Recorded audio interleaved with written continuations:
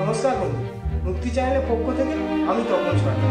আজকে আলোচনা করব গোত্র কি এবং স্বগোত্রে বিবাহ করা কেন উচিত নয় সে সম্পর্কে আজকের আলোচনা করব সবিস্তারে। শুরু করছি আজকের ভিডিও। গোত্র শব্দের অর্থ হলো কুল বা বংশ।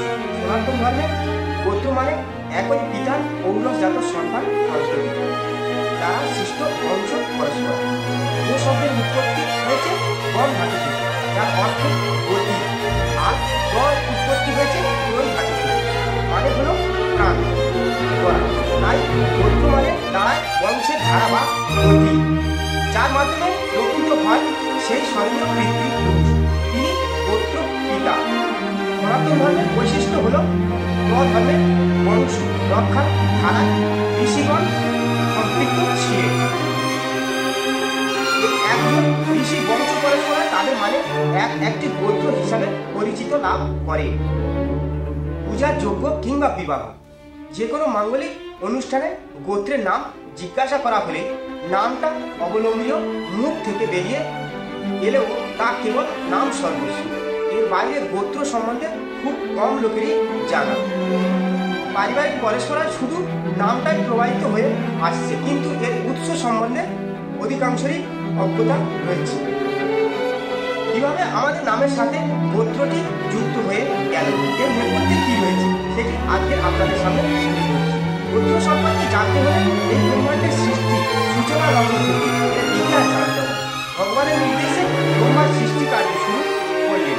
ব্রহ্মা সানব, সানন্দ, সনাতন ও সৎকুমারের নামে 4 জন ঋষিকে সৃষ্টি করেছিলেন। সৃষ্টির বিস্তারের লক্ষ্যে তাদের সৃষ্টি করা হলেও ভগবান বাসুদেবের প্রতি ভক্তিপরায়ণ এবং মোক্ষ লাভ করে মোক্ষনিষ্ঠ কুমারেরা সৃষ্টি বিস্তারের কাজ করার অনিচ্ছা প্রকাশ করলেন। ব্রহ্মা যখন দেখলেন যে মহাবীর্যবান ঋষিদের উপস্থিতি সত্ত্বেও সৃষ্টির বিস্তার তথা মানুষ্যকুল পর্যাপ্ত পরিমাণে বৃদ্ধি পাচ্ছে না, তখন তিনি গভীরভাবে চিন্তা করতে লাগলেন কিভাবে জনসংখ্যা বৃদ্ধি করা যায়। তিনি চিন্তা করলেন নিজের দেহ থেকে এমনভাবে সৃষ্টি না করে নারী পুরুষের মাধ্যমে সংসার সৃষ্টি হোক। তখন তার দেহ থেকে প্রাণ পেয়েছিল আদি মানব পিতা মাতা, তারা হলেন মনু ও শতরূপা। মনু তার জ্যেষ্ঠ কন্যা আকুতিকে রুচি নামক ঋষিকে দান করলেন এবং কনিষ্ঠ কন্যা প্রসূতিকে দক্ষের নিকট দান করলেন। তাদের দ্বারাই সমগ্র জগৎ জনসংখ্যা পূর্ণ হয়েছে। ব্রহ্মা থেকে সৃষ্ট ঋষিদের থেকে বিভিন্ন গোত্রের প্রবর্তন হয়েছে। গোত্র সম্পর্কে ভারতীয় গণিতবিদ বৌধায়ন এর মত অনুসারে জানা যায় বিশ্বামিত্র, যমদগ্নি, ভরদ্বাজ, গৌতম, অত্রি, বৈশিষ্ট্য ও কশ্যপ এই 7 জন মুনির পুত্র ও পৌত্রী প্রভৃতি অপ্রত্যক্ষ গমনের মধ্যে যিনি ঋষি হওয়ার যোগ্যতা পেয়েছে তার নামে পূর্ববর্তী ও পরবর্তী সকলেরই গোত্র। বৌধায়ন সূত্রে বিশ্বামিত্র, যমদগ্নি, ভরদ্বাজ, গৌতম, অত্রি, বৈশিষ্ট্য ও কশ্যপ এই 7 জন ঋষি আদি গোত্রকাল বলে নির্দিষ্ট আছে। 7 জন ঋষি থেকে প্রবাহিত গোত্র ব্যতীত আর কিছু গোত্রের নামও শোনা যায়। তবে এর কারণ হচ্ছে এই গোত্র কোনো প্রসিদ্ধ ব্যক্তির নাম অনুসারে পূর্ববর্তী কোনো সময়ে ওই প্রসিদ্ধ ব্যক্তির নাম গোত্র পরিচয় দেওয়া। যেমন কশ্যপ গোত্রের বংশক্রমে যদি কোনো ব্যক্তি প্রসিদ্ধ হয় এবং পরবর্তীতে যদি সেই প্রসিদ্ধ ব্যক্তির নামে গোত্র পরিচিত হয়ে থাকে। এইরূপ আরো কিছু গোত্র আছে, যেমন শাণ্ডিল্য, অগস্ত্য, কায়স্থ, বাৎস, সার্বর্ণ, কৌশিক, মৌদগল্য, আলোকমান, পরাপর, অত্রি, রোহিত, বৃহস্পতি, গর্গ ইত্যাদি। প্রায় শোনা যায় একই গোত্রে কোনো বিবাহ করা যায় না। জেনে নেওয়া যাক সেক্ষেত্রে শাস্ত্রে কি বলা আছে, সেটি এখন আলোচনা করব আপনাদের সামনে। একই বংশের রক্ত ধারাবাহিকতা ভাবে প্রবাহিত হয় পুরুষ পরস্পরায়। বৈদিক যুগ থেকে এই গোত্রে বিবাহে নিষিদ্ধ আছে, কেননা স্বগোত্রের মানে বর কনের কোনো না কোনো পিতৃপুরুষ একই পিতার থেকে এসেছে। রক্ত ধারা যেহেতু পুরুষ পরস্পরায় প্রবাহিত হয়, সুতরাং বংশের রক্তের ধারা বাহক হচ্ছে পুরুষ।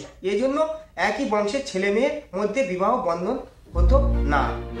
কারণ হিসাবে বৈদিক শাস্ত্র সমূহে, বিশেষ করে মনুসংহিতায় বলা হয়েছে, একই রক্ত সম্পর্কের কারোর সাথে বিবাহ হলে সন্তান বিকলাঙ্গ, শারীরিক বা মানসিক প্রতিবন্ধী হয়, মেধা ও বুদ্ধিহীন হয়, শিশু নানা রোগে জরাজীর্ণ হয়ে থাকে। তবে একান্তই প্রয়োজন হলে, যেমন পাত্রপাত্রী না পাওয়া গেলে, সেক্ষেত্রে 14 পুরুষ পেরিয়ে গেলে তখন বিবাহ করা যেতে পারে। তবে তা সম্ভবত এড়িয়ে চলা উচিত আমাদের। অনুসংহিতায় বলা হয়েছে, অসপিণ্ডা চ যা মাতু সগোত্রা চ যা পিতৃ সা প্রশস্তা নিজ ক্রিয়া দান কর্মণি মধ্যে। অর্থাৎ যে নারী মাতা সপিণ্ডা না হয়, অর্থাৎ সপ্তপুরুষ পর্যন্ত মাতা মহাদি বংশজাত না হয় ও মাতামহের চতুর্দশ পুরুষ পর্যন্ত সগোত্র না হয় এবং পিতার সগোত্র বা সপিণ্ডা না হয়, অর্থাৎ পিতৃ সদাবির সন্তান সম্ভব সন্ধান না হয়, এমন স্ত্রী জাতিদের বিবাহের যোগ্য বলে জানান। বৈদিক শাস্ত্রে এই সিদ্ধান্ত আধুনিক বৈজ্ঞানিকগণ স্বীকার করেছেন। তারা বলেছেন, নিকট আত্মীয়দের মধ্যে বিয়ের পরিণামে যে সন্তান হয় তাদের মধ্যে জন্মগত ত্রুটি দেখা দেয়, ঝুঁকি অনেক বেশি। দ্য ল্যান্ডসেট সাময়িকীতে প্রকাশিত এক গবেষণা নিবন্ধে বিজ্ঞানীরা এই তথ্য জানিয়েছেন। প্রিয় দর্শক বন্ধু, ভিডিওটি মন দিয়ে দেখার জন্য অনেক অনেক ধন্যবাদ। আমাদের এই ভিডিওটিকে একটি লাইক দিলে আর আমাদের এই ছোট্ট মুক্তিরামন চ্যানেলটিকে সাবস্ক্রাইব করে আমাদের সাপোর্ট করলে আমরা নতুন নতুন ভিডিও আপলোড করার প্রেরণা পাব। আমাদের চ্যানেলটিকে সাবস্ক্রাইব করে আমাদের সাথে জুড়ে থাকুন এবং এরকম পৌরাণিক ভিডিও দেখতে থাকুন। ধন্যবাদ। হরে কৃষ্ণ, হরি বল।